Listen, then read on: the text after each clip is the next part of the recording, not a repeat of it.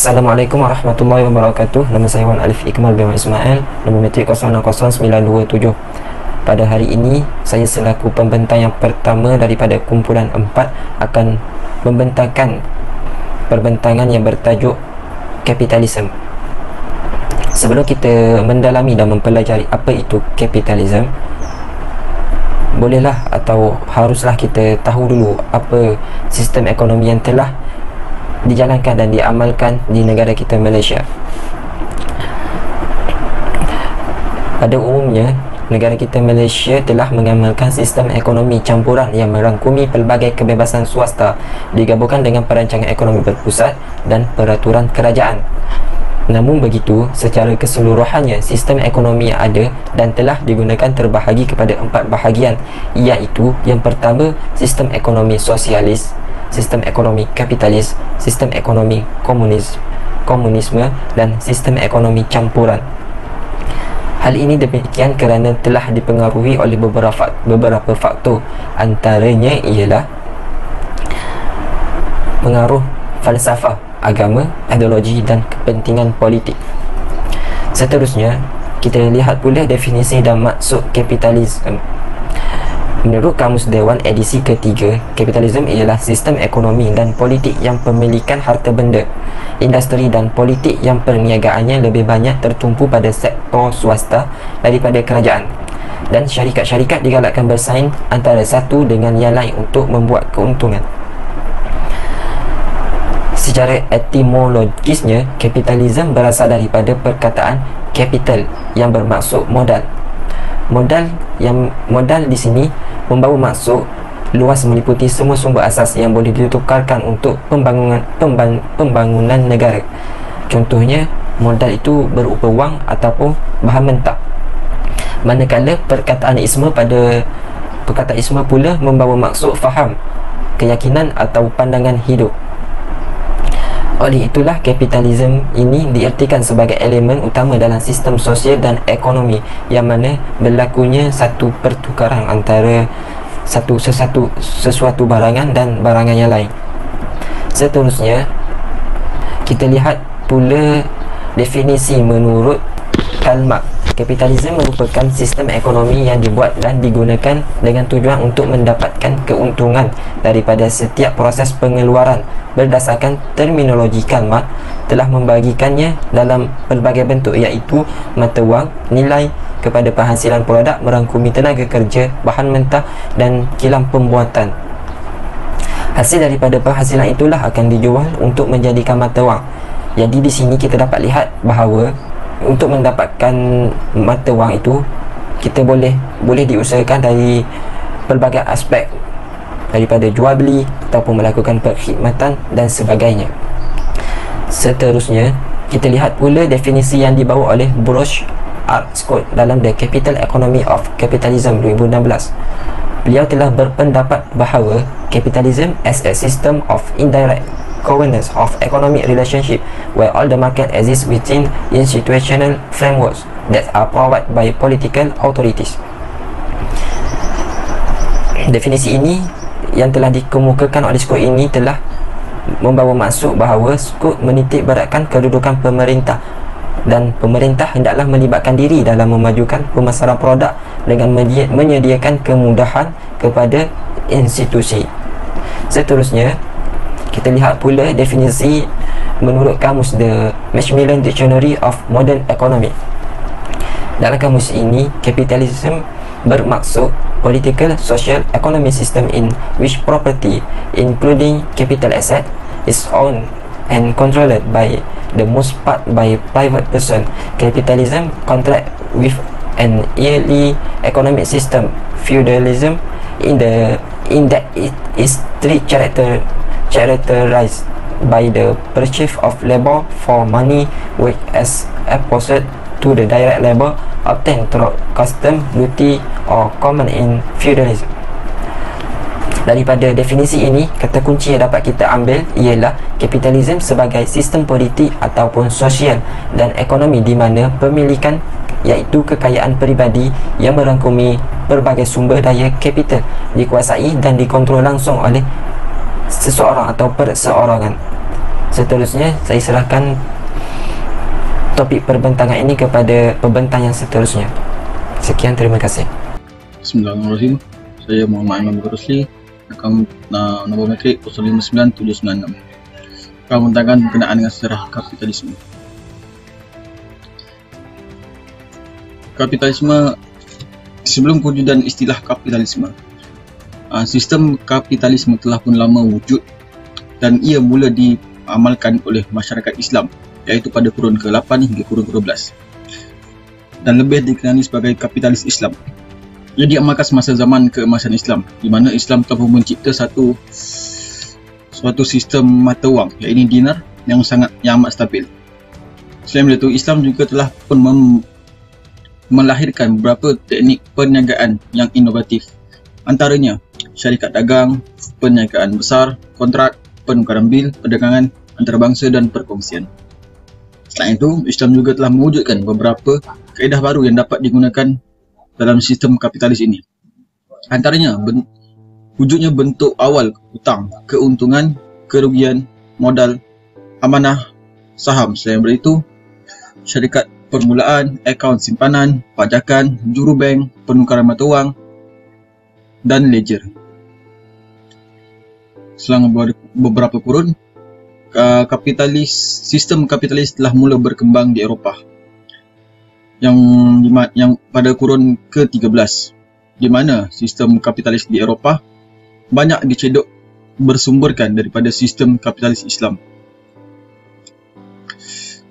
Semasa zaman Renaissance dan Reformasi, sistem kapitalis telah berkembang, terutama semasa era penerokaan dan penjelajahan.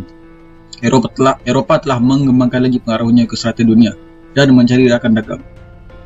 Sistem diperluaskan lagi dengan berlakunya sistem kebanjiran logam yang berharga semasa peristiwa pembukaan dunia baru, di mana seorang penjelajah, iaitu Christopher Columbus, telah memenuhi satu benua baru, iaitu lebih dikenali sekali sebagai benua Amerika Syarikat. Kebangkitan perindustrian. Pada awalnya, Eropah hanya memfokuskan pada penukaran barang. Namun, pada kemuncak kurun ke-19, Eropah mula berjinak dalam pengeluaran dan mengeksport ke luar negara melalui perdagangan antarabangsa. Kemunculan kapitalis moden.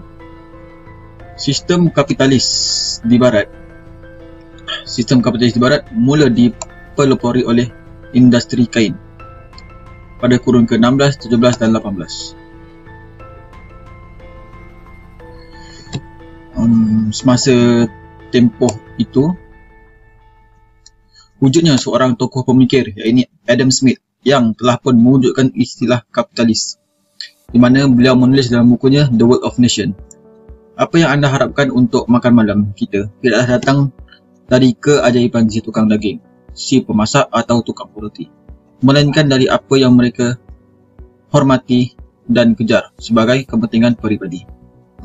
Setelah itu wujudlah kapitalis moden pada kurun ke-19, atau lebih dikenali sebagai kapitalisme monopoli, yang terbagi kepada dua, iaitu kapitalisme negara dan kapitalisme perusahaan. Sekian, terima kasih. Assalamualaikum warahmatullahi wabarakatuh. Nama saya Faris Amza bin Muhammad Fauza, bernombor metrik 061868. Okay, pada hari ini saya akan membentangkan tentang tokoh-tokoh kapitalisme. Yang pertama ialah Adam Smith. Nama sebenarnya ialah John Adam Smith yang dilahirkan di Kirkcaldy, pantai timur Scotland pada tanggal 5 Jun 1723 dan meninggal dunia pada tanggal 17 Julai 1790. Ayahnya adalah seorang pengacara dan pengawas kewangan. Pada usianya mencecah dewasa, beliau mendapat pelajaran di Universiti Glasgow, dan disitulah beliau menimba ilmu dalam bidang ekonomi ini, dan bahkan pada ketika itu banyak karya monumentalnya yang menjadi rujukan kepada ekonomi pada masa itu. Antara karyanya yang terkenal iaitu yang membicarakan tentang mekanisme pasar adalah The Theory of Moral Sentiments, sebagai karya pertamanya yang diterbitkan pada tahun 1759.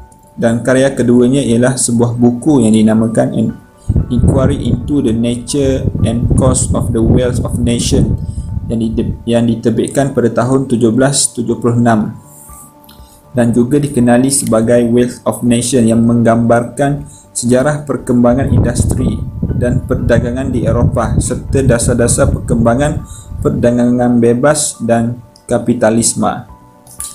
Dan dengan karya-karya inilah yang menjadikan ketokohan Adam Smith sebagai bapa ilmu kepada ekonomi. Seterusnya ialah David Ricardo. Beliau dilahirkan pada tanggal 18 April 1772 di London, Inggeris dan meninggal dunia pada tahun 19 September 1823. Ricardo adalah anak ketiga daripada 17 adik-beradiknya yang keluarganya berasal daripada bangsa Yahudi. Bapa Ricardo bekerja sebagai seorang broker saham dan pada ketika itu beliau bekerja bersama bapanya pada usia 14 tahun. Ketika berusia 21 tahun, beliau berkahwin dengan seorang wanita yang bernama Priscilla Anna Wilkinson dan dikurniakan seramai 8 orang anak. David Ricardo adalah seorang tokoh ekonomi klasik yang terkenal. Beliau menimbulkan minat tentang ekonomi apabila membaca karya Adam Smith, iaitu Wealth of Nations. Dan karya Ricardo yang paling terkenal adalah Principles of Political Economy dan Taxation yang diterbit pada tahun 1817. Dan antara karyanya yang lain ialah seperti The High Price of Bullions, A Proof of the Depreciation of Banknotes 1810 dan Essay on the Influence of a Low Price of Corn on the Profit of Stock 1815. Dan yang terakhir ialah John Baptist Say. Beliau dilahirkan pada tanggal 5 Januari 1767 di Lyons, France dan meninggal dunia pada 15 November 1832 di Paris pada usia 65 tahun. Beliau berasal daripada keluarga seorang pedagang tekstil yang berjaya. Pada tahun 1785, Say berhijrah ke Inggeris untuk belajar dan berdagang dan kemudiannya bekerja di sebuah perusahaan ansuran di sana. Beliau adalah seorang pakar ekonomi dan juga ahli perniagaan yang berjaya. Pemikirannya adalah beraliran liberal klasik dan beliau juga pengasas kepada hukum Say, yang mana dalam hukum Say ini menyatakan tentang antaranya ialah penawaran menciptakan permintaannya sendiri, dan juga beliau menjelaskan bahawa kegiatan perdagangan tidak disokong oleh ketersediaan wang ringgit tetapi oleh ketersediaan barang untuk dijual beli. Sekian sahaja daripada saya. Wabillahi taufiq wal hidayah. Wassalamualaikum warahmatullahi wabarakatuh. Assalamualaikum warahmatullahi wabarakatuh. Nama saya Muhammad Amirul Ashraf bin Nazri, nombor metrik 060924. Okey, pada hari ini saya akan membentangkan mengenai ciri-ciri kapitalisme. Okey, ciri yang pertama bagi kapitalisme ialah penjaminan atas hak milik perseorangan.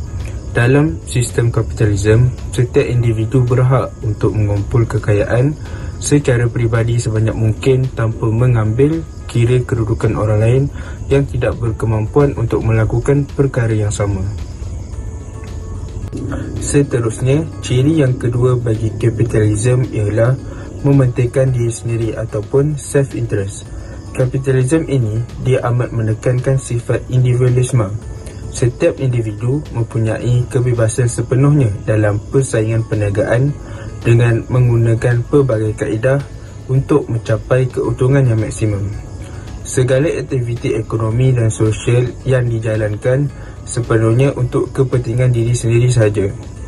Dan kaum kapitalis ini mempunyai satu kepercayaan bahawa terdapat tangan-tangan gaib ataupun invisible hands yang akan menyatukan kepentingan setiap individu untuk mencapai titik keseimbangan ataupun yang dipanggil sebagai equilibrium.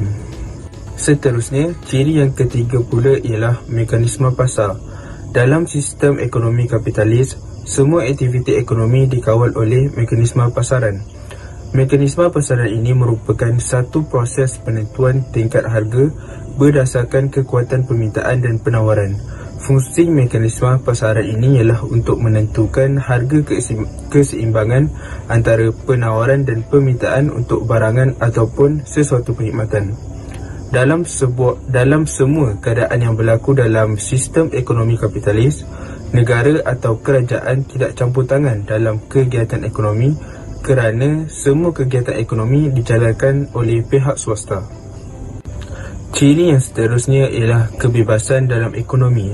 Kapitalisme juga memberi kebebasan sepenuhnya kepada setiap individu untuk menjalankan sebarang aktiviti ekonomi. Campur tangan kerajaan dalam kegiatan ekonomi terbatas dan hanya sebagai pemberi kemudahan sehingga setiap orang dapat menjalankan kegiatan ekonominya dengan lancar. Dan ciri kapitalisme yang terakhir adalah persaingan bebas. Individu bebas bersaing dalam kegiatan ekonomi bagi mencapai matlamat persendirian. Setiap individu bebas bersaing antara satu sama lain dalam pasaran untuk memperoleh pendapatan yang maksimum. Pengeluar ataupun firma-firma bebas bersaing antara satu sama lain untuk mengeluarkan barang dan perkhidmatan secara cekap pada kos yang minimum. Firma ataupun individu yang tidak cekap akan mengalami kerugian, dan dalam sistem ekonomi kapitalis ini hanya individu ataupun firma yang cekap sahaja yang akan dapat kekal dalam pasaran. Assalamualaikum warahmatullahi wabarakatuh. Nama saya Muhammad Syafiq Iqbal bin Suhaimi, nombor matriks 060882. Baiklah, saya akan menjelaskan secara ringkas tentang mengapa ciri-ciri kapitalisme ini ianya bercanggah dengan Islam. Okay, yang pertama iaitu untuk mengumpul harta untuk kepentingan peribadi. Seperti mana yang kita telah maklum bahawa ideologi kapitalis ini hanyalah menekankan aspek individualisme semata-mata tanpa mempedulikan hak orang lain. Okey, seperti mana menurut Syamsul Effendi, manusia mestilah berlaku baik terhadap sesama manusia, hendaklah mereka melaksanakan tanggungjawab terhadap masyarakat dan membantu orang-orang yang berada dalam kesusahan. Okey, oleh demikian Islam sangat menitikberatkan tentang keadilan dan tidak mementingkan diri sendiri, lebih-lebih lagi perkara yang melibatkan hak sesama manusia. Okey, itu yang pertama. Yang kedua iaitu monopoli dalam menentukan harga pasaran. Okey, seperti mana yang kita telah maklum juga bahawa dalam sistem kapitalis ini aktiviti ekonomi ini dikawal oleh mekanisme pasar, di mana negara tidak campur tangan dalam aktiviti ekonomi tersebut, dan ianya sangatlah bertentangan dengan undang-undang Islam kerana ia mungkin melibatkan perkara-perkara yang boleh membawa kepada perpecahan masyarakat. Okey, di mana Islam sangat lebih mementingkan kemaslahatan umum. Okey, individu dalam Islam terpaksa mengenepikan kepentingan dirinya jika kepentingan itu bertembung dengan kepentingan masyarakat. Okey, dengan kata lain, Islam terpaksa melindungi kepentingan umum untuk mewakili masyarakat dan menjamin kestabilan dan kesejahteraan negara. Okey, menurut Ayat Rahmawati ni, ekonomi Islam ekonomi Islam memandang bahawa pasar, negara dan individu berada dalam keseimbangan dan tidak boleh ada jarak di antara mereka sehingga salah satunya menjadi dominan dari yang lain. Okay, dapatlah kita fahami dekat sini bahawa ekonomi yang melandaskan syariat akan memastikan setiap lapisan masyarakat tu akan mendapat manfaat sepatutnya. Okay, jadi berbeza pula dengan ideologi kapitalis ni, yang di mana mereka ni mengambil untung dengan cara menganiaya orang lain. Okay, itu yang kedua. Yang ketiga pula iaitu kebebasan ekonomi. Okey. Sistem ekonomi Islam memandang bahawa peranan kerajaan itu wujud bersama-sama dengan unit-unit ekonomi lain dalam pasaran secara tetap dan berkekalan. Okey, jadi ianya dianggapkan sebagai perancang, pengawas dan pengeluar di samping sebagai pengguna. Jadi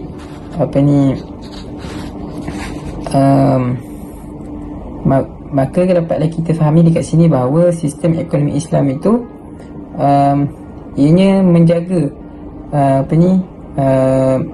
kemaslahatan umum dan masyarakat. Okay. Kalau kita tengok di dalam sistem kapitalisme ini di mana Dalam sistem kapitalisme ini, kebebasan penuh diberikan terhadap individu untuk melakukan sebarang aktiviti ekonomi, sama ada untuk mendirikan dan mengorganisasikan sesuatu. Okey. Jadi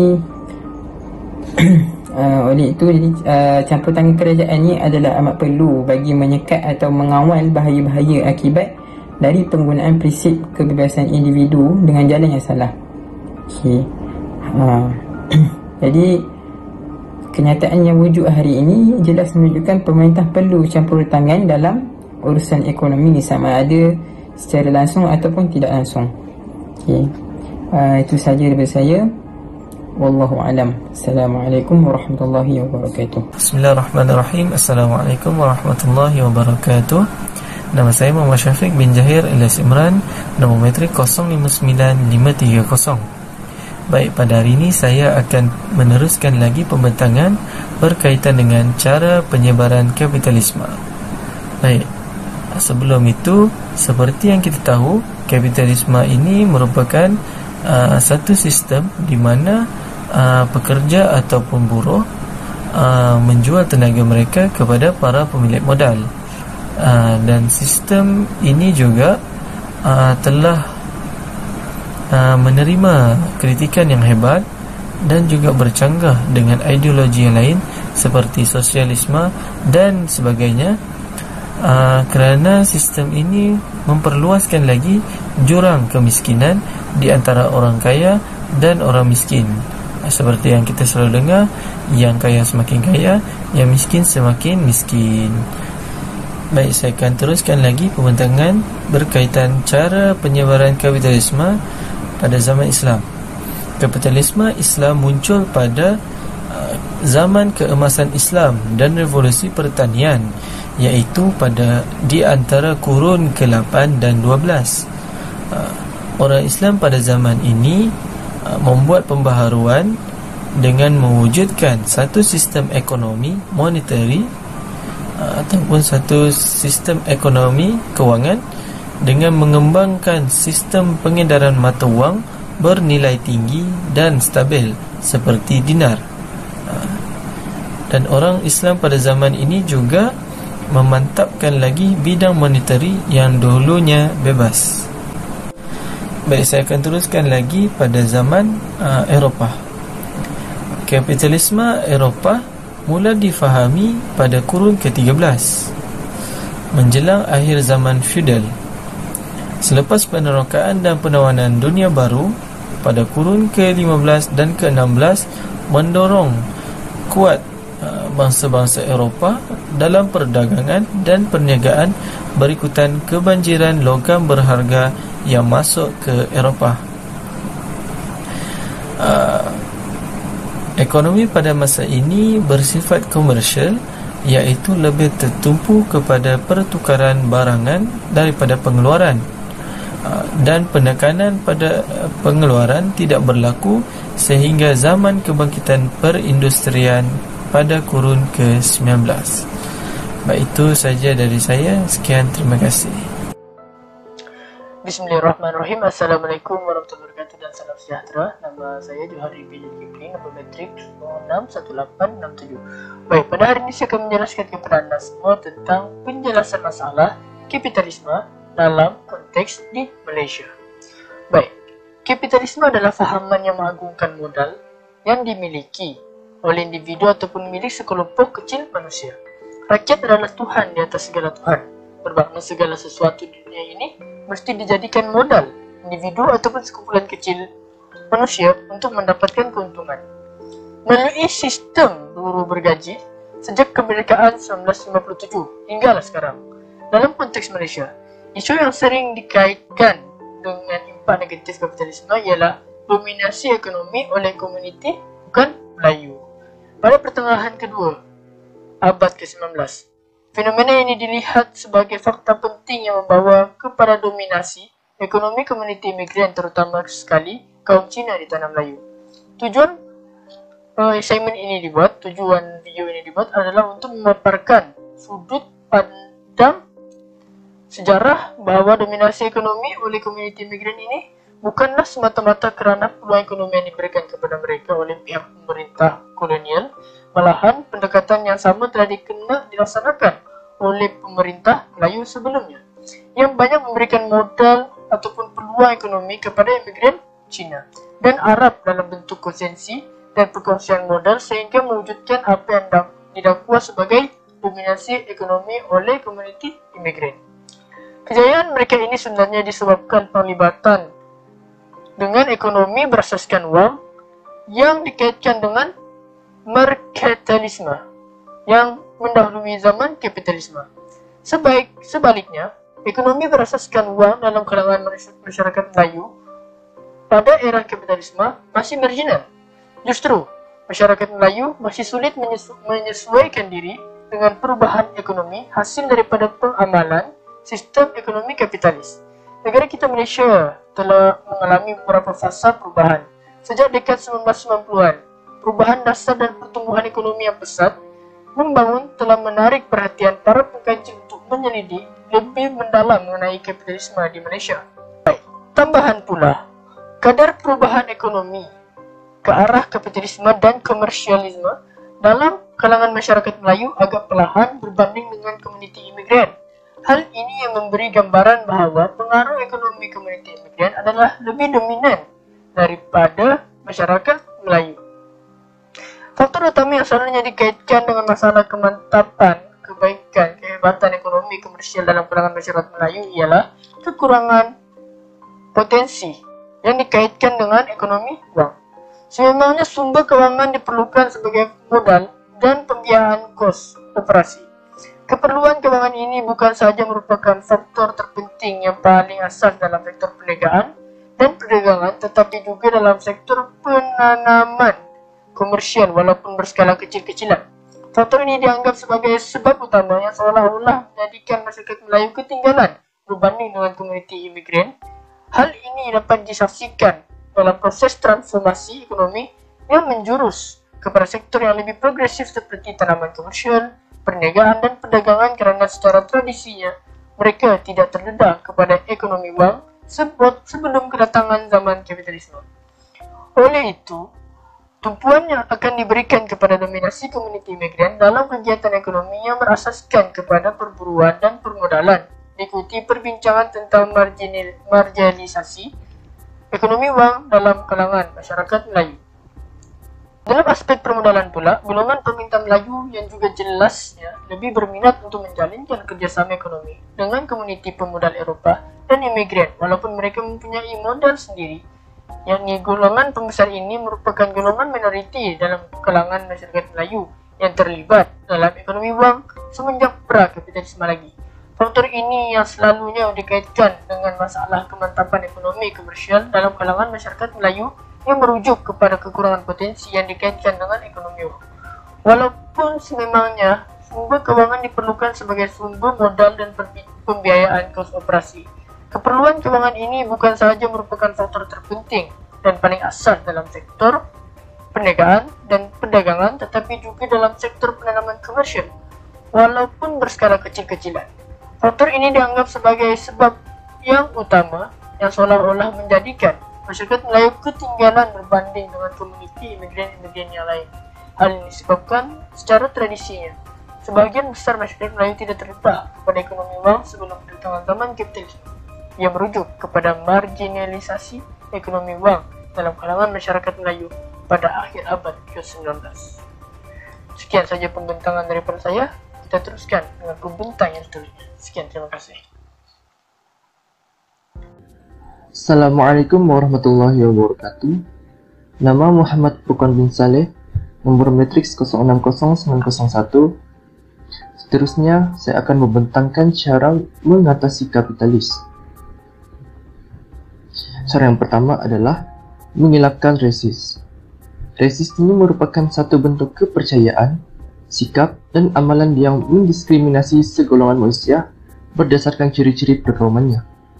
Pada dasarnya, kepercayaan ini dia mengandaikan bahawa manusia boleh dibahagikan kepada kaum yang berbeza. Ia juga mengandaikan bahawa nilai dan darjat seseorang boleh ditentukan berdasarkan kaum yang diwakilinya. Konsep resist sangat berkaitan dengan perkauman dan juga semangat asabiah. Resis berpunca daripada perkembangan sejarah kapitalis sebagai sistem dunia.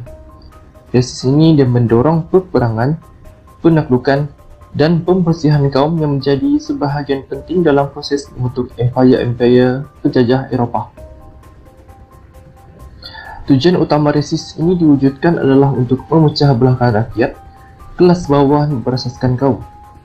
Rakyat bawahan yang terdiri daripada pekerja, petani, penjajah jalanan, peniaga kecil dan sebagainya dipecah belahkan dan dilagakan sesama sendiri, sehingga tidak dapat bersatu dalam menghadapi kelas pemerintah, yaitu golongan pemodal yang juga biasanya turut terdiri daripada berbilang kaum.